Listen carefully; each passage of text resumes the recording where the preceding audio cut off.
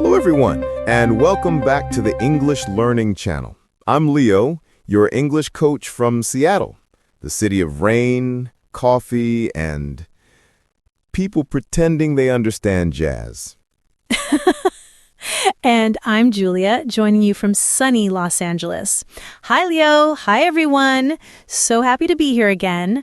And Leo, please don't pretend you like jazz. Nobody believes you. Look, I just nod like everyone else. Anyway, welcome back, listeners. Thank you for joining us today. You're the reason we wake up, eventually. Exactly! And today's lesson is super useful, especially for beginners learning to describe daily routines in English.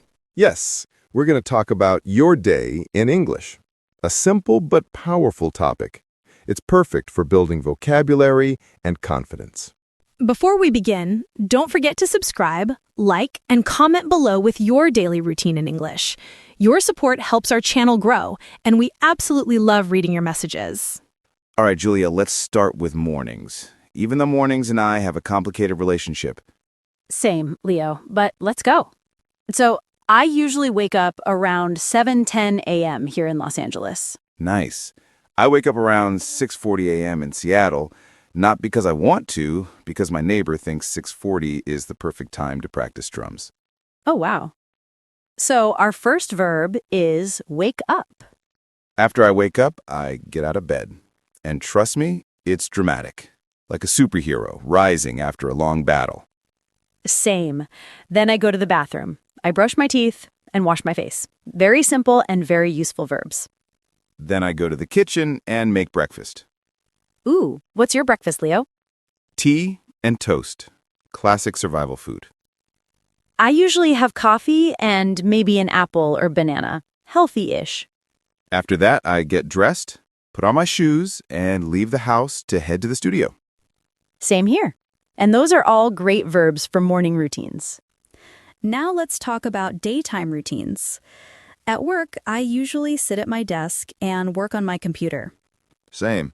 I answer emails, prepare lessons, and sometimes write scripts for episodes like this. Now let's talk about daytime routines. At work, I usually sit at my desk and work on my computer. Same. I answer emails, prepare lessons, and sometimes write scripts for episodes like this. And, of course, meetings. Yes, have meetings, the universal activity of adults. My favorite meetings are the ones that get canceled. Same! When I'm working from home in Los Angeles, I often prepare lessons, edit videos, or join online meetings. Around lunchtime, I have lunch, usually a sandwich or something simple. I often eat salad or go out to eat with friends. After lunch, we go back to work until evening.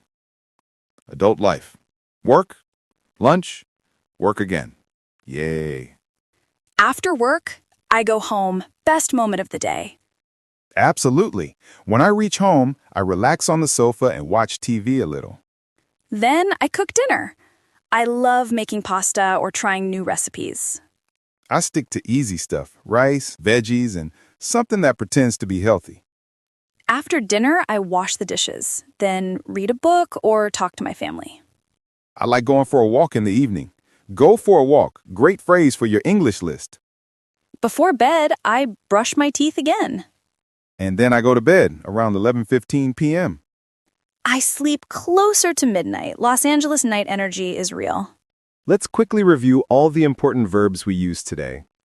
Wake up, get out of bed, brush teeth, wash face, make breakfast, have breakfast, get dressed, put on shoes, leave the house, go to work, sit at my desk, work on my computer, answer emails, write reports, have meetings, prepare lessons, have lunch, go home, relax, watch TV, cook dinner, wash the dishes, read a book, talk to family or friends, go for a walk, listen to music, go to bed.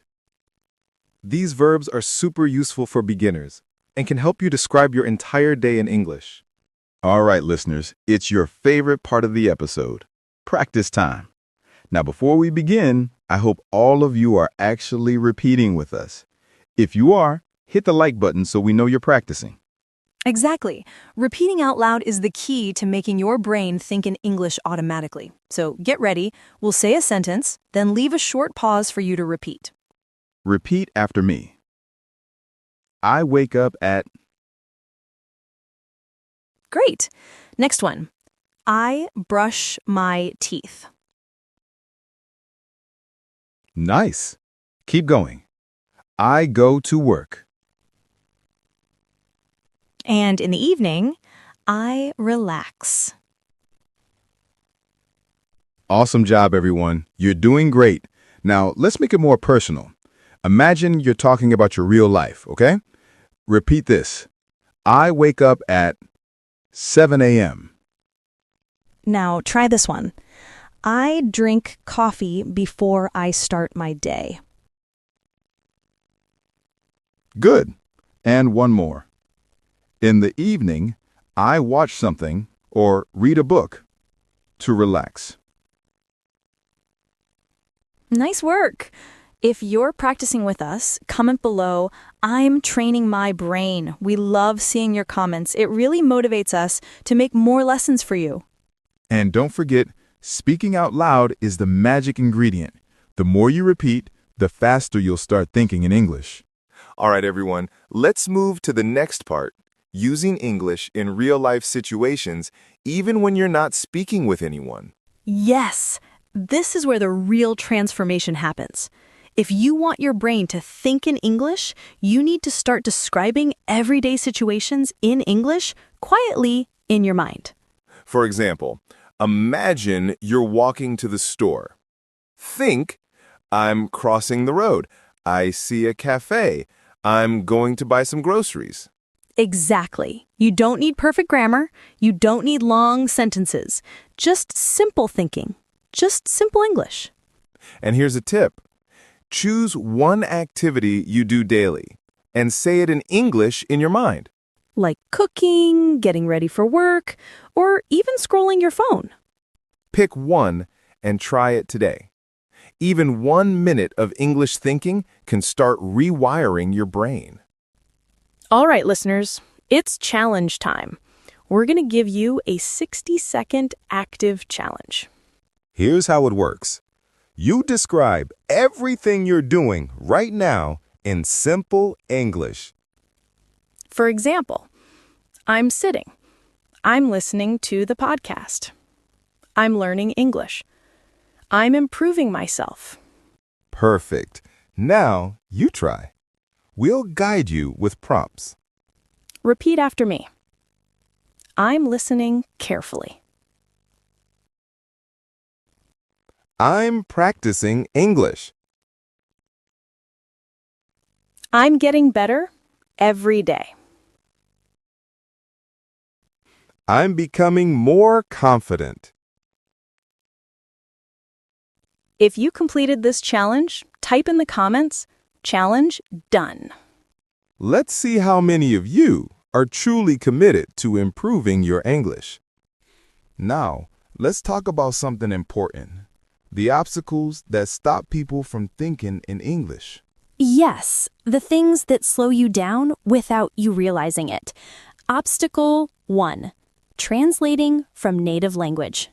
This is the biggest one. Many learners first think in their native language, then translate, then speak. That takes too much time. It's like trying to drive a car with the brakes on. Instead, use simple English words you already know. Don't search for perfect sentences. Just speak. And oh yes, the fear of mistakes. Some learners stay silent because they want to be perfect. But perfection is the enemy of progress. Even native speakers make mistakes every day. The goal is communication, not perfection. Obstacle 3, not practicing daily.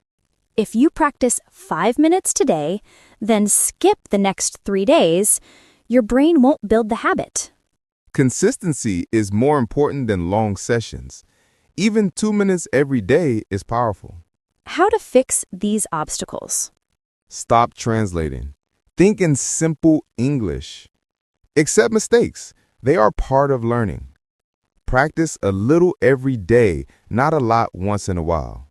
And remember, every time you think in English, even silently, you are training your brain. All right, everyone. Now we're entering advanced mode. If you stayed with us this long, it means you are serious about improving your English thinking skills. Absolutely. And this final practice will really push your brain to think directly in English. Not translate, not guess, but actually think. Here's what we'll do. We'll guide you with sentence starters, and you will finish the sentence in your mind in English. This exercise is incredibly powerful because it forces your brain to create English sentences on its own. Finish this in your mind. Today, I want to... Next one. Right now, I am feeling... Another one. Later, I will... And the last one. This week, my goal is to...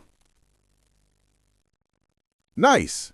These exercises may seem simple, but trust us, they are extremely effective for building natural English thinking. And if you actually completed the exercise, prove it. Type in the comments, I think in English. All right, listeners, we've reached the end of today's episode. And if you're still here, wow, seriously, you're amazing. Yes, not everyone stays till the end. People who stay until the end are the ones who succeed, and you're one of them. Remember this, you don't need to be perfect, you don't need big vocabulary, you just need consistent, simple, daily practice. Think in English during small moments, while walking, cooking, traveling, or waiting. These small moments make a big difference. If you enjoyed this episode, please give this video a like.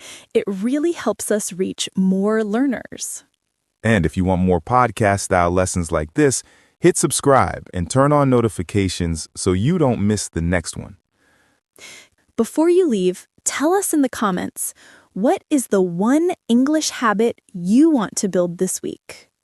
We read every single comment, and we might feature yours in the next episode. I'm Julia, signing off from Los Angeles. And I'm Leo, here in Seattle.